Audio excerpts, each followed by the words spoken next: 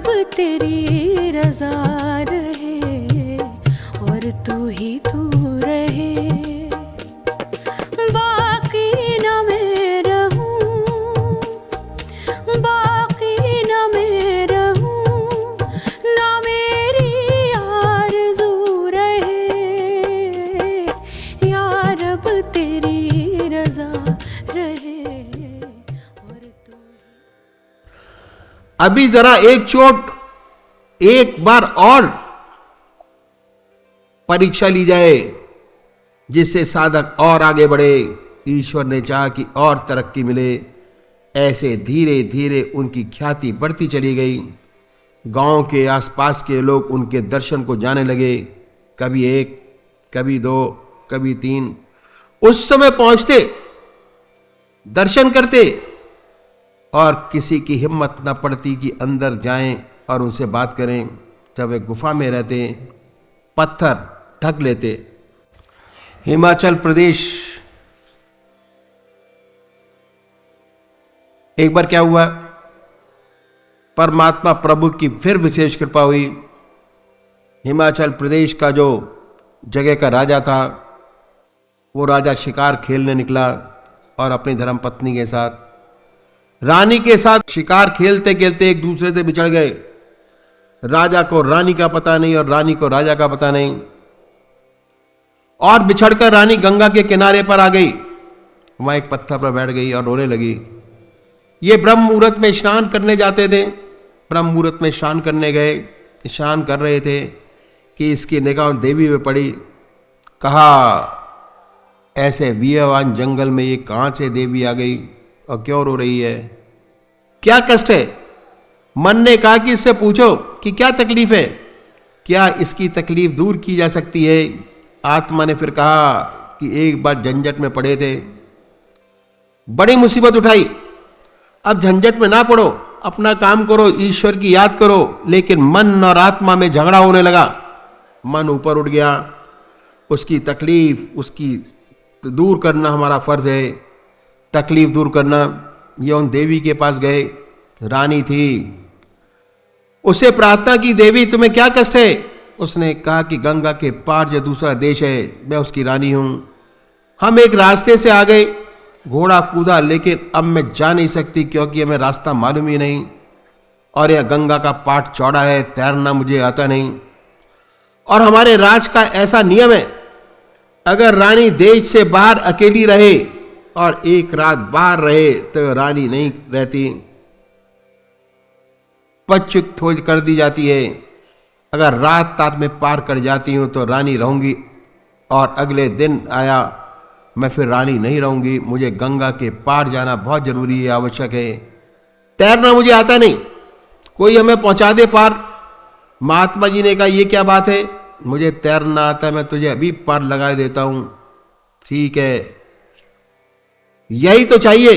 गंगा में घुसे, जब धार आई तो उसने कहा मैं तो गई। महात्मा जी ने कहा कि नहीं। उसने महात्मा जी का हाथ पकड़ लिया कि मैं तो बही नहीं। हाथ पकड़कर आगे बढ़े। जब पानी और गहरा आया तो बोली मैं तो डूबी। महात्मा जी ने कहा कंधे पर बैठ लो। उसने अपने कंधे पे बैठा लिया।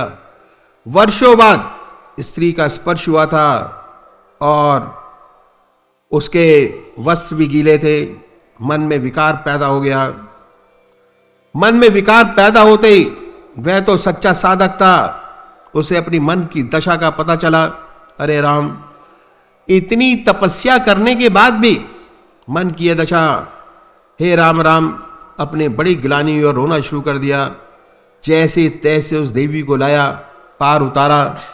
उधर क्या हुआ, जो लोग सुबह दर्शन करने आते थे, दूर से देख रहे थे, उन्होंने देखा और कहा कि आज तो महात्मा जी हैं जो किसी स्त्री को अपने साथ लेकर चले आ रहे हैं और गंगा पार करा रहे हैं। सब झटपट किराने पर आए और खूब ताली पीटी कि ये बाबा है, गुफा में रहता है दिन में और रात में क्या करता है। नमक छिड़क दिया उसके कटे पर, नमक छिड़क दिया। वैसे तो दुखी था ही अपने मन से। दुनिया वालों ने और नमक छिड़क दिया, खूब रोया, खूब बिलबिलाया तो उस देवी को दया आई। उसने कहा कि हे राजन, तू मुझे मामूली स्त्री समझता है? मैं मामूली स्त्री नहीं हूं, मैं तो माया हूं। मैं तेरा इम्तिहान लेने आई थी और तुझ जैसे साधकों का मैं गधा बनाती हूं, जैसे आज बनाया। गधा बनाकर सवारी करती हूं, जैसे तेरे ऊपर जैसा अब बनाया। बेचारा बहुत दुखी हुआ और हाथ जोड़कर बोला कि हे देवी, कोई ऐसा भी भक्त है जो तेरे पार गया हो? उसने कहा कि ऐसा भी है जो मुझे गधी बनाता है, मेरे काबू नहीं आते। अच्छा, ऐसा तो एक दो नाम बताओ ताकि दर्शन करके कृतार्थ हो जाऊं। देवी ने कहा चले जाओ, बनारस में कबीर साहब हैं, वो ऐसे हैं कि मेरा गधी बनाते हैं और मेरे काबू नहीं आते। उसके दर्शन कर, तेरा कल्याण हो जाएगा। अब उल्टी यात्रा प्रारंभ हो गई। 6 महीने पैदल चलने के बाद बनारस पहुंचे। मालूम करा कि कबीर साहब कहाँ हैं, कोई ना बताए। कबीर साहब को तुम जानते ही नहीं, जिससे पूछें नहीं जानते। सोचा देवी ने कहा है तो कबीर साहब तो जरूर होंगे, बहुत घूमे। फिर किसी ने भाई कहा कि भाई ये कबीर साहब तो नहीं जानते, पर एक कबीर जुलाहा है, अगर कबीर जुलाहा को देखना चाहते हैं तो बरगद के पेड़ के नीचे ताना बाना लगाए हुए सूत बुन रहा है, उसके पास चले जाओ। उसे तो हम जानते हैं, कबीर जुलाहा, लेकिन कबीर साहब तो यहाँ कोई है ही नहीं। उसने सोचा वहां जाकर शायद असली कबीर का पता लगे, कबीर राज जुलाहे को देख ले। ये राजा कबीर साहब की तरफ बढ़ा। कबीर साहब ने दूर से ही देख लिया कि आज एक सच्चा जिज्ञासु चला आ रहा है, ऐसा व्यक्ति जिसके हृदय में सच्ची तड़फ है,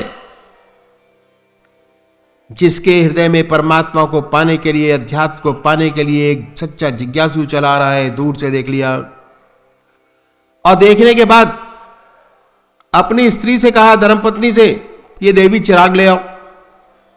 पतावत देवी थी, गई चिराग जला कर ले आई। जब तक ये गया चिराग भी पहुंच गया और कबीर साहब चिराग लेकर ढूंढने लगे, कभी ताने में कभी बाने में। चिराग पसीने पसीने हो रहे हैं, ढूंढ रहे हैं। अब ये साधक जो राजा था वहां पहुंच गया और बैठकर तमाचा देखने लगा कि चिराग से क्या कर रहे हैं। उसे ख्याल किया कि इसका कुछ खो गया, उसे ढूंढ रहे हैं चिराग से, जिससे नहीं रहा गया। बहुत देर तक देखा तो बोला, भाई क्या देख रहे हो, क्या खोज रहे हो, क्या खो गया जो आप इतनी देर से परेशान हैं? खो क्या गया, मैं आपकी मदद कर सकता हूं क्या? बोले, मेरा इतना बड़ा हत्ता खो गया। और दिन के 12 बजे उसे ढूंढ रहा हूं। इसने कहा कि लकड़ी का हत्ता, और दिन के 12 बजे सूरज चमक रहा है, तेज रोशनी है, और वो भी सूरज की।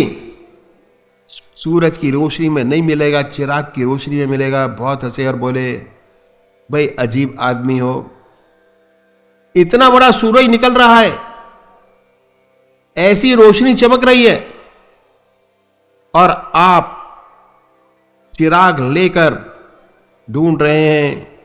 कबीर साहब रो पड़े और रो के कहने लगे कि हाँ, यही तो मुसीबत है। परम पिता परमात्मा हर मनुष्य के हृदय में सूरज की तरह विराजमान है, लेकिन हम उसे देखते हैं कंदराओं में, पहाड़ों में, गुफाओं में, जंगलों में, मंदिरों में अनेक सूर्यों की तरह प्रकाशित है। हम ढूंढते हैं कंदराओं में, गुफाओं में, जंगलों में, और इसके साथ साथ शक्तिपात, आत्मिक पावर का साथ हुआ। उसका हृदय आनंद से भर गया। जिस चीज की आवश्यकता थी उसे मिल गई, रोम रोम आनंद में हो गया। परमात्मा की याद स्वतः ही आने लगी। अपने आप परमात्मा की याद में गहरा डूब गया, प्रभु की याद में। कबीर साहब अपने काम करने के लिए फिर लग गए। उनकी धर्मपत्नी सूत बुनने लगे। थोड़ी देर बाद गधी घूमती हुई आई, चढ़ती हुई, उधर से निकल गई। और उस गधी ने कबीर साहब का जो ताना बाना था कोने में जाकर लात मारी और ताने बाने को तोड़ दिया। जब तार तोड़ दिए गए तो कबीर साहब दौड़े दौड़े गए, चक चक करके गधी को अलग किया और एक एक करके धागा बांधा। अब बांधने के बाद फिर बिनने लगे। थोड़ी देर बाद फिर वो गधी दूसरी जगह गई और लात झाड़ दी, सारे तोड़ दिए। कबीर साहब फिर भागे भागे गए, चक चक करके उसे हटाया, एक एक करके धागा बांधा और फिर बिनने लगे। 5-6 बार वे गधी आई, तागे तोड़े, चक चक करके उसे अलग किया और कबीर साहब फिर बुनने लग गए। ये महात्मा बड़े आनंद विभोर में बैठे हुए थे। कबीर साहब की कृपा उसको ऐसी मिली कि जितनी अब तक तपस्या की थी उसका आनंद उनको मिलने लगा। कभी आंख खोलकर देख लेते, कहते कि ये देखो गधी ऐसे ऊंचे महात्मा को परेशान कर रही है।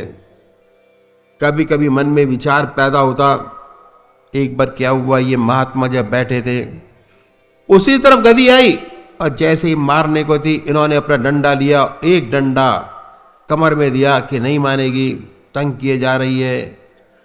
महात्मा ने एक डंडा लगाया कि वह गधी माया में बदल गई, देवी की शक्ल में, जिसके दर्शन उन्होंने गंगोत्री यमुनोत्री में किए थे। देखा परमात्मा के आनंद में आनंद विभोर था, आत्मा के रस को चूस रहा था। मैंने तेरा क्या बिगाड़ा था, धागे तो मैं उसकी तोड़ रही थी, लठ तैने मेरे मार दिया और काबू में वो नहीं आया। जरा सा भी गुस्सा क्रोध नहीं, इसके धागे टूट रहे थे, आता था चप चप करता हटा देता, क्रोध रत्ती पर नहीं।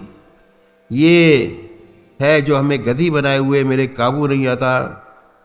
ऐसे संत महात्मा, ऐसा ऊंचा संत जिसका हृदय निरंतर परमात्मा की याद में डूबा रहता है। जब प्रभु की तीसरी विशेष कृपा होती है तब ऐसे संत परमात्मा से नाता जोड़ देते हैं और ऐसे संत से संबंध होने आने से प्रभु का प्रेम, प्रभु की मस्ती अपने आप हृदय में पैदा हो जाती है। उसके बैठने से आनंद आने लगता है, ध्यान बनने लगता है, अपने आप प्रभु की याद आती है। जब ईश्वर की तीसरी कृपा होती है तब ऐसा होता है और इसे हम गुरु कृपा कह सकते हैं। गुरु से वस्ती मिलती है, कंसंट्रेशन, पावर ऑफ कंसंट्रेशन, चित्त की एकाग्रता, जिसे हम बीज मंत्र कहते हैं। यह है असली मंत्र, यह है शक्ति, ऐसी शक्ति जब चाहे, जहां चाहे, जहां बैठे परमात्मा की याद कर सकते हैं। चलते फिरते, बस में बैठे, गाड़ी में बैठे, पावर ऑफ कंसंट्रेशन सदगुरु कृपा से प्राप्त होती है। यह परमात्मा की तीसरी कृपा। गुरु दर्शन एक बार और इष्ट दर्शन बार बार, हर शनिवार को, हर रोज, हर सुबह, हर शाम, बृहस्पतिवार को, रविवार को, हमेशा।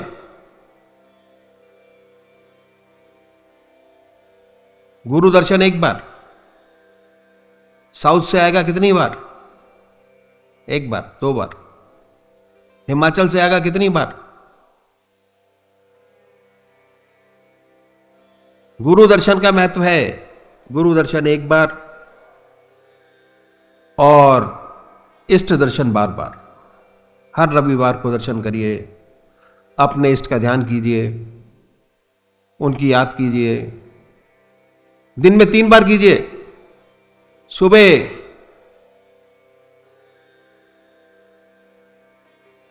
शुक्राना अदा कीजिए कि हे प्रभु, बड़ा सुंदर दिन निकाल दिया।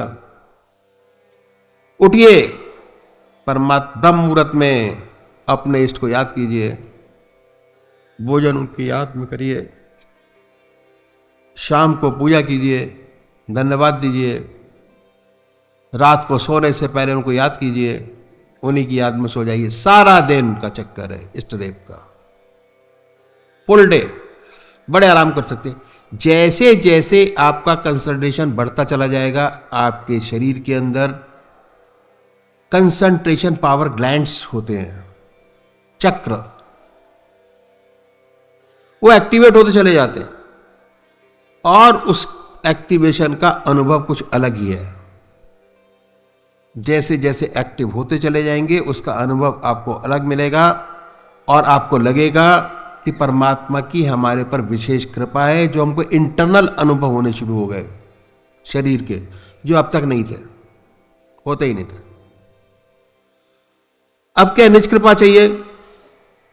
चलते फिरते आपको तरीका बताया, खाते पीते आपको तरीका बताया, सोते जागते आपको तरीका बताया, संसार का हर व्यवहार करते कैसे हम परमात्मा की याद को बढ़ाएं।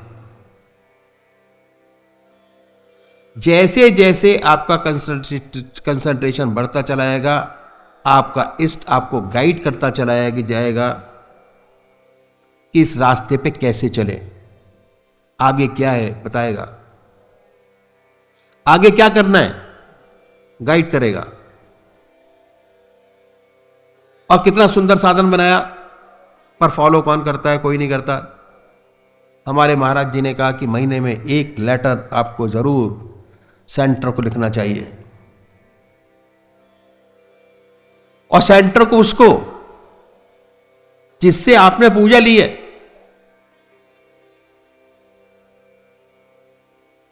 उसके पास आपकी पूरी इंफॉर्मेशन होनी चाहिए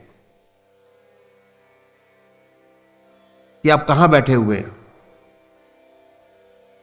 क्या स्टेज आपकी है, क्या अनुभव आपके हुए, क्या आपने सपने देखे, क्या प्रॉब्लम है। जैसे जैसे आप अपने जिससे पूजा ली है गाइड से नजदीकी कायम करेंगे, उतनी जल्दी आप आगे बढ़ते चले जाएंगे।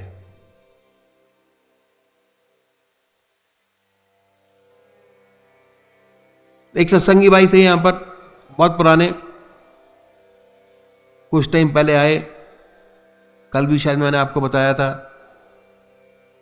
कहते हैं जी कि मैं आपका आश्रम छोड़ के जा रहा हूं। मैं बड़ी अच्छी बात है। एक गया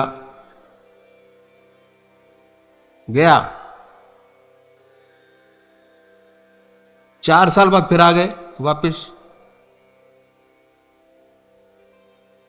कि मैं उन महात्मा जी से पूजा ली थी जाके दोबारा, जब सपना देखता हूं तो आपका देखता हूं। मैंने उनको बताया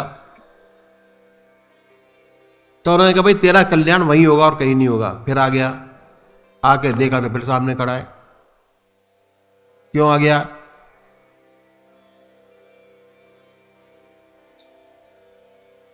कहते क्या करूं, उन महात्मा जी ने फिर कह दिया कि वहीं चले जाओ। मैंने अब तू कोई और दूसरा स्थान देख ले, चला जा।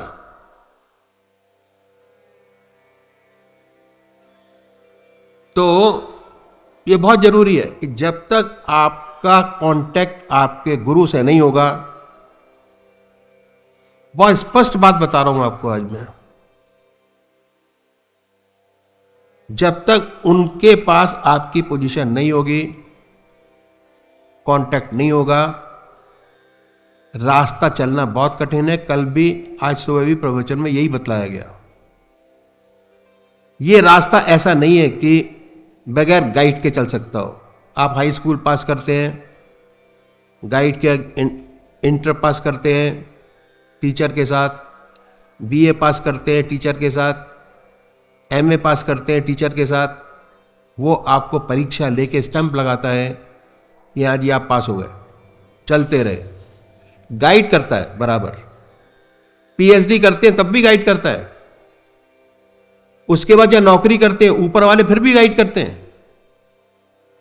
कोई जगह ऐसी नहीं है जो अपने आप चल सकती हो। ये तो अध्यात्म है, ये तो चल ही नहीं सकता बगैर गाइड के। तो बहुत जरूरी है।